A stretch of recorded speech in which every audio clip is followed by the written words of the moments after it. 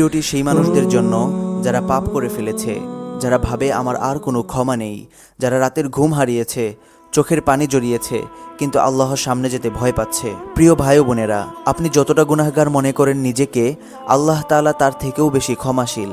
কিন্তু আপনার ফিরে আসতে হবে। ফিরে আসার কেবল একটাই দরজা, সেটার নাম নামাজ।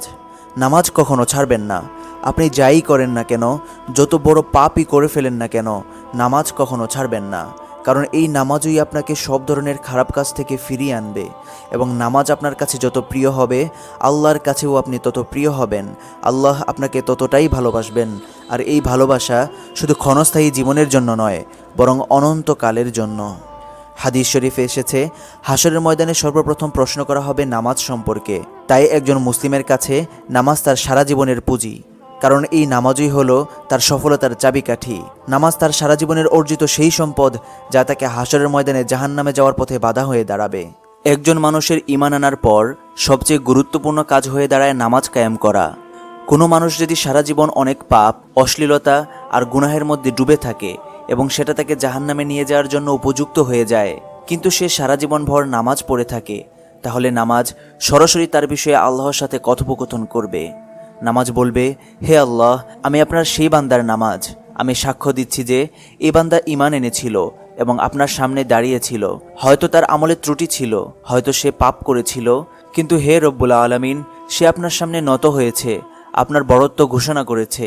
আমি দেখেছি তার কপালে আপনার জন্য সিজদার চিহ্ন। আমি শুনেছি তার মুখে আপনার পবিত্র কালামের তিলাওয়াত।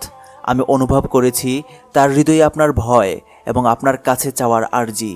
আমি সাক্ষী ছিলাম সে দিনের নির্ধারিত কিছু সময় আপনার সাথে সম্পর্ক স্থাপনের জন্য নির্ধারণ করে রাখত।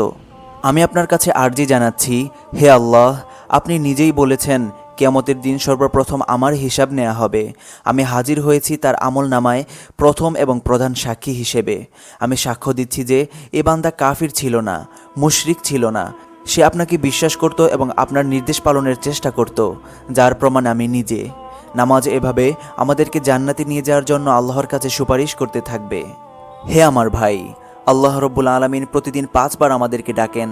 তিনি এই কথা বলে আমাদেরকে ডাকেন না যে তুমি পাপী হয়ে গেছো, তুমি আমার কাছে এসো না। বরং তিনি বলেন, হে আমার বান্দা, ফিরে আসো আমার দিকে।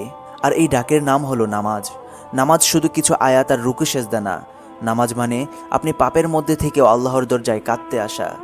নবীজি সাল্লাল্লাহু আলাইহি ওয়াসাল্লাম বলেছেন, ইমানদার ও কুফরের মাঝে পার্থক্য হলো নামাজ। তাই বলি, প্রিয় ভাই ও বোনেরা, আপনি যাই করেন, যত বড় পাপই করে ফেলেন না কেন, নামাজটা ছাড়বেন না। এই নামাজটাই ইনশাআল্লাহ আপনাকে পাপ কাজ থেকে দূরে রাখবে। আপনি রাতে গুনাহ করে ফেলেছেন, সকালবেলা নামাজ পড়তে আসুন। আপনি সকালবেলা গুনাহ করে ফেলেছেন, দুপুরবেলা নামাজ পড়তে আসুন। আপনি দুপুরে গুনাহ করে ফেলেছেন, সন্ধ্যায় নামাজ পড়তে আসুন। এই ভেবে বসে থাকবেন না, আমি তো গুনাহ করে ফেলেছি, আল্লাহর কাছে কিভাবে যাব। আর এটা হলো শয়তানের সবচেয়ে বড় ধোঁকা। সে আপনাকে ধোঁকা দিয়ে হতাশ করার চেষ্টা করবে। শয়তান আপনাকে বুঝাবে, তুই তো রাতের বেলা গার্লফ্রেন্ডের সাথে কথা বললি, রাতের বেলা অশ্লীল ভিডিও দেখলি, তুই তো ফ্রি মিক্সিংয়ে আছিস, তুই তো মাদকদ্রব্য খাচ্ছিস, তো তুই আবার নামাজ পড়বি কেন? তোর নামাজ তো কবুল হবে না। তাই ভাই আমার, নিজেকে শক্ত করে ধরুন, শয়তানের ফাঁদে পা দেবেন না। নামাজ পড়তে থাকুন। এই নামাজ আপনাকে অশ্লীল পথ থেকে বের করে আলোর পথে ফিরিয়ে আনবে ইনশাআল্লাহ। আল্লাহ তাআলা বলেছেন, ইন্নাস সালাতা তানহা আনিল ফাহশাই ওয়াল মুনকার। নিশ্চয় নামাজ অশ্লীল এবং খারাপ কাজ থেকে বিরত রাখে। মাথায় হাজারো গুনাহের বোঝা, পাপের গ্লানি নিয়ে চোখের পানি ছেড়ে আল্লাহর কাছে একটা সেজদা দিন।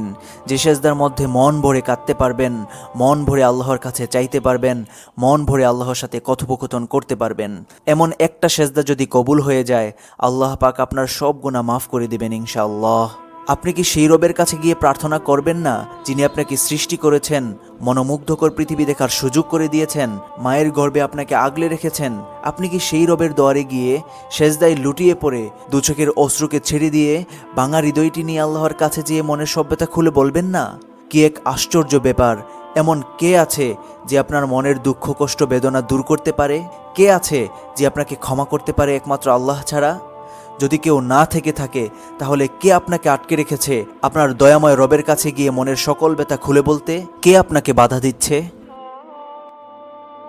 ছিঁড়ে ফেলুন সকল নিঃশব্দ বাঁধন, খুলে বলুন হৃদয়ের অজানা ভাষণ। কলম নয়, অশ্রুই হোক আপনার ভাষা। রবের সাথেই বলুন মনের সকল প্রত্যাশা।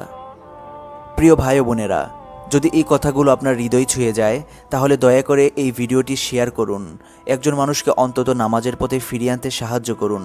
কমেন্টে লিখুন, আমি আল্লাহর দরজায় ফিরতে চাই। আর চ্যানেলটি সাবস্ক্রাইব করুন। নতুন ভিডিওতে আবার কথা হবে। আল্লাহ আমাদের সবাইকে কবুল করুন।